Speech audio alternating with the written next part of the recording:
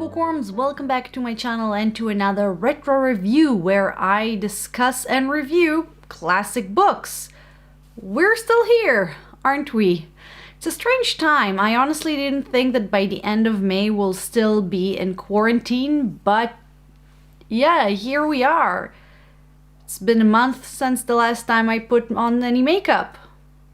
I think I forgot how to. So what better genre we can talk about while hiding inside from a virus than a futuristic, dystopian, human race's doom kind of a book? Was that grammatically correct? So today I'll talk about A Brave New World by Aldous Huxley, one of those really famous classics that you always heard about and I always wanted to read but never had until now.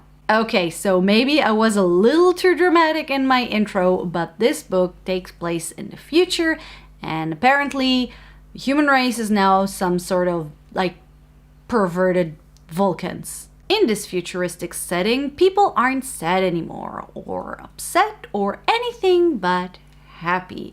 But not because we solved all our problems, but because people take happy pills all the time. Really? Taking pills to combat every unpleasant mood is not only encouraged, but kind of compulsory.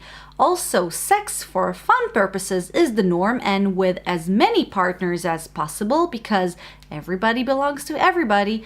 However, babies are made in a lab where they are programmed by inserting chemicals to their pods or bottles to make them either an alpha or beta. These are the smart scientists, for example, or gamma or epsilon, which are the working class with basically no brains at all. But Bookworm, you ask, this is only the background. What is the book actually about? What is the plot? Where are all the time-traveling cops and all the Taco Bell restaurants? Well, there isn't much plot to the book, which is one of the reasons that I didn't really like it. You see, this is a concept book. Now, I've talked about concept books before on this channel, but basically these are books that put a certain idea or a concept in its center and everything else, plot, characters, etc., is there to support this idea. Now, this is not a negative thing in its essence, but I start having issues with it when the concept in this book is basically the only thing there. So yes, we do have some main characters that we follow, especially an alpha called Bernard, who doesn't really fit in into society and isn't always happy popping pills whenever he feels a little bit down. And I would have loved to follow his story and see what happens with him, whether the conclusion is that he chooses to embrace who he is and go against the current and go back to the old ways, or whether the conclusion would have been that maybe assimilation is the best way to live life in this world.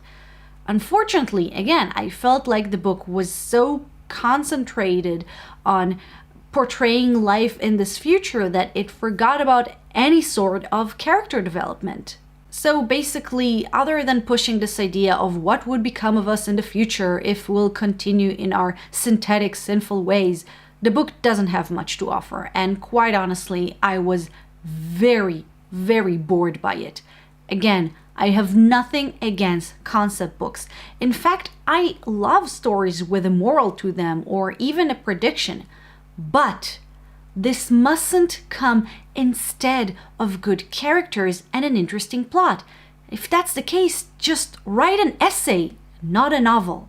I also have some mixed feelings regarding the ending of the book. I don't want to spoil anything, but let's just say that the book kind of makes you feel like there is a character that's going through a process and, you know, some character development, but the ending is so anticlimactic. When you think about it, you realize that all of this alleged journey that the character went through is like eventually he just circled back to where he was at the beginning. So on one hand, I thought, okay, well, that was a disappointment. That kind of didn't make any sense. But then on the other hand, I did have a little part of me that thought maybe this anticlimactic feeling at the end was a bit more sophisticated than I initially thought. Maybe it was like on purpose, so maybe it gives you something to think about, but not really. Basically, it's one of those cases where it looks more complex and sophisticated than it really is. When you really think about it, you realize that no, there isn't really a lot there, at least in my opinion. Eventually, when I finished reading A Brave New World, I felt grateful. Grateful I listened to it as an audiobook while doing chores, so at least at that time I was productive and didn't completely waste my time. I hate being so negative about such a famous classic, but I'll return to my main point. I don't doubt the book's influence, and I don't underrate its message about synthetic life and its world building. But when it comes to plot, characters, other storytelling elements, this is where the book, in my opinion, fails. So those were my thoughts about A Brave New World, which unfortunately I didn't enjoy. But what about you? Did you like it? Did you find more meaning in it than I did? And what about other dystopian future novels that we can actually learn from? Can you recommend any?